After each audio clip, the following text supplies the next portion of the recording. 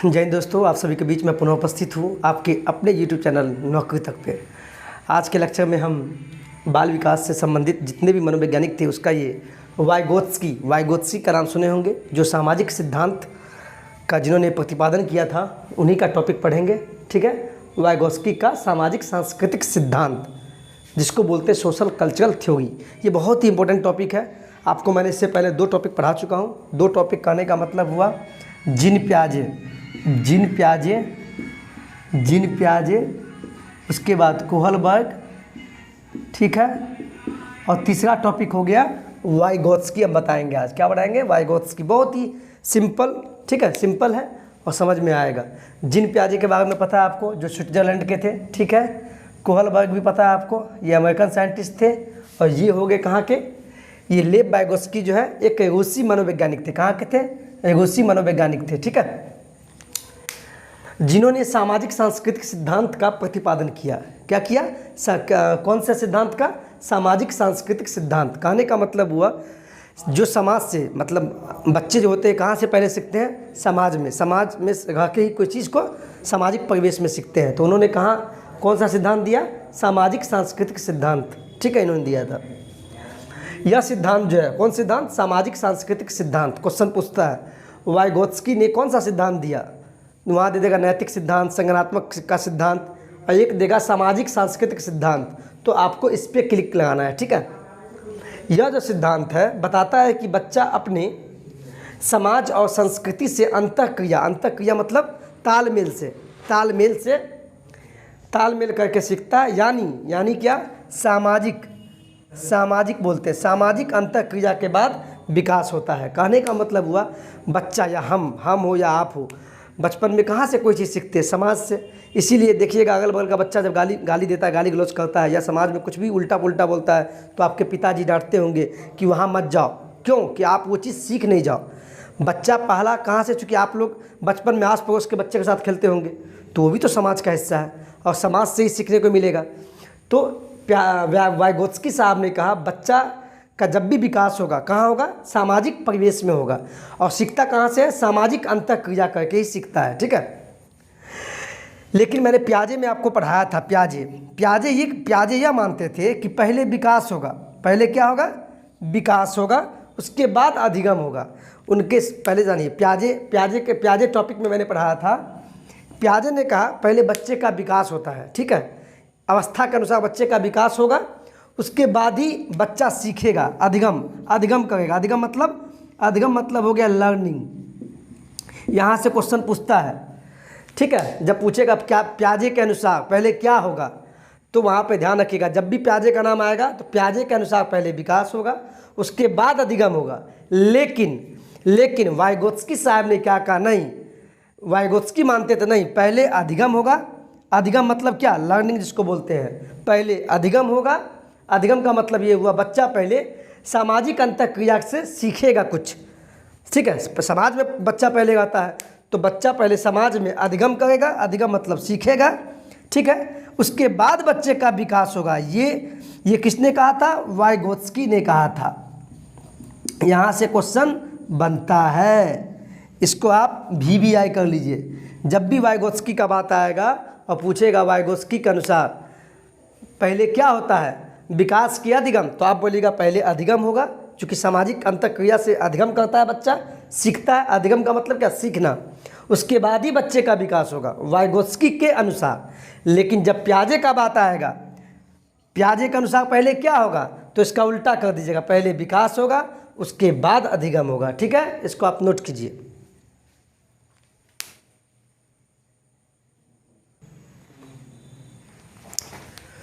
ठीक है, अब आते हैं, वाइगोत्स्की ने 2 महत्वपूर्ण कंसेप्ट दिया था। वाइगोत्स्की साहब ने, वाइगोत्स्की ने क्या किया था, 2 महत्वपूर्ण कंसेप्ट दिए, उनमें हम पहला डिस्कशन करेंगे। एग्जाम में यहाँ से सीधे बोल देगा ZPD या VBI लिख लीजिए। ZPD का फुल फॉर्म क्या होता है, पहला क्वेश्चन बनता है, ZPD का फुल फॉर्म क्या होता है, तो याद कर लीजिए, जोन प्रॉक्सिमल डेवलपमेंट। एक क्वेश्चन यहाँ से बन गया।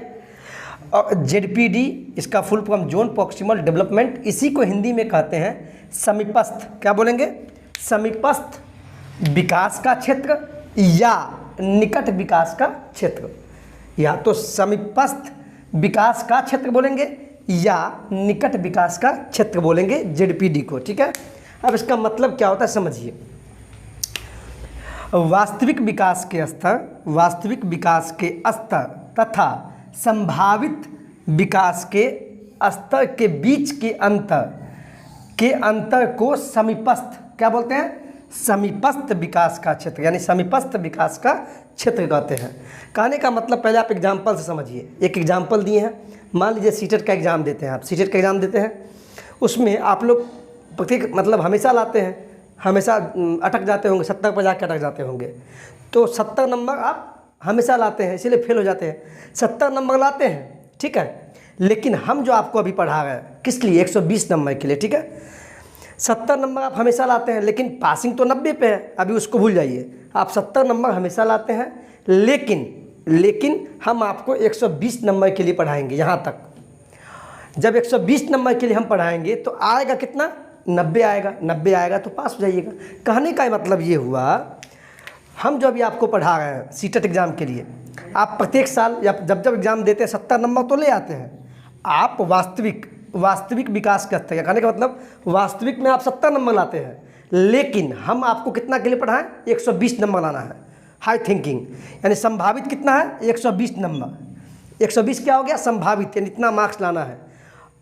लाना है 120, लेकिन आप लाए 90 नंबर, यानी इस दोनों के बीच में आप आ गए।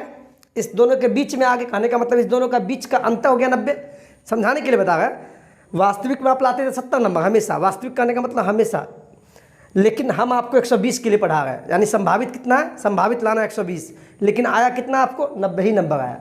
कहने का और 90 पर पास है आप।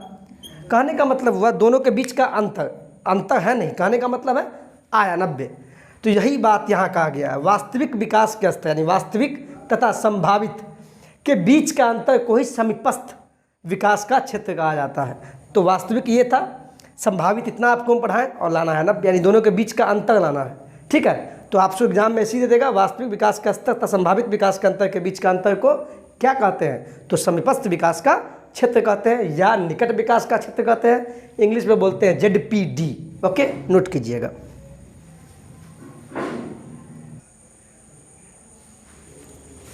ठीक है, चलिए अब आते हैं दूसरा। वाइगोस्की के दो महत्वपूर्ण टॉपिक में, कंसेप्ट में एक बता दिए जेडपीडी, और सेकेंड है स्कैफोल्डिंग, जिसको बोलते हैं पाग या ढांचा। आप सिंपल समझिए। पहले यहाँ देखिए, वयस्कों यानी बच्चों, जो भी बच्चा होता है, वयस्कों द्वारा दी जाने वाली टेम्पोरी हेल्प या गाइडेंस को स्कैफोल्डिंग कहते हैं, यानी पाग या ढांचा कहते हैं। कहने का मतलब ये हुआ, बचपन में आप देखते होंगे आपके पापा, जब आप साइकिल सीखते होंगे, जब आपको नहीं आता होगा तो पापा आपको क्या मदद करते थे, यानी टेम्पोरी हेल्प देते थे आपको कि ऐसे चलाते हैं, पीछे से पकड़ते थे। तो क्या हुआ? टेम्पोरी हेल्प है। या मान लीजिए मैं आपको अभी पढ़ा रहा हूँ, आप तो वैसे भी नंबर लाते हैं, 70 नंबर 80 नंबर लाते होंगे, लेकिन मैं अभी क्या टेम्पोरी हेल्प दे रहा हूँ, जिससे कि आप, अभी मैं क्या किया? टेम्पोरी हेल्प दिया, जिससे कि आपको पास होने में मदद मिले। हमेशा के लिए तो नहीं है, लेकिन मैंने एक छोटी सी मदद दी है कि जिससे आप पास हो जाए। तो वही बोला है, वयस्कों द्वारा दी जाने वाली टेम्पोरी हेल्प या गाइडेंस को स्कैफोल्डिंग कहते हैं। ठीक है, ये एग्जाम में पूछता है। अब एक टॉपिक आता है, ये भी VBI है, इसको लिख लीजिएगा VBI। ऐसे ही पूछ देगा MKO क्या है, MKO क्या है? तो इसका फुल फॉर्म होता है मोर नॉलेजेबल अदर्स। MKO क्या है? More knowledgeable others. इसका मतलब ये हुआ, यानी हम जब बच्चे थे या आप जब बच्चे होंगे, या कोई बच्चा है, उसको हम लोग जब हेल्प देते हैं, हेल्प कौन देगा? जो उससे बड़ा आदमी होगा, वयस्क होगा, वही तो अपने बच्चे को, छोटे बच्चे को, समाज के बच्चे को कुछ हेल्प देगा कि आप ऐसे चलो, ऐसे बोलो, या ऐसे पढ़ाई करो।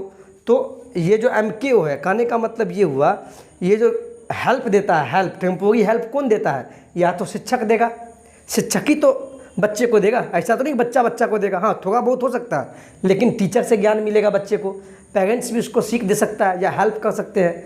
या फ्रेंड मतलब दोस्त, एक दोस्त दूसरे दोस्त को मदद करता है, टेम्पोरी हेल्प। तो ये एग्जाम में पूछता है MKO क्या है? The more knowledgeable others.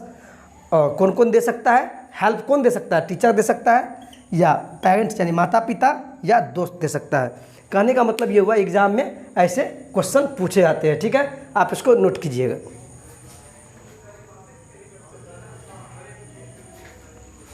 ठीक है। एक क्वेश्चन आप ध्यान दीजिएगा।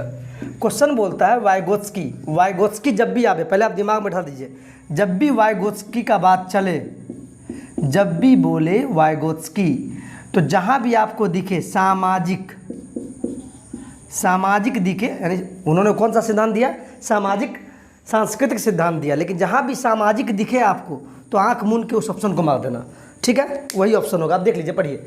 वाइगोत्स्की बच्चों के सीखने में, बच्चा जो अधिगम करता है, अधिगम मतलब सीखना, वाइगोत्स्की बच्चों के सीखने में निम्नलिखित या नीचे दिए हुए निम्नलिखित में से किस कारक की महत्वपूर्ण भूमिका पर बल देता है?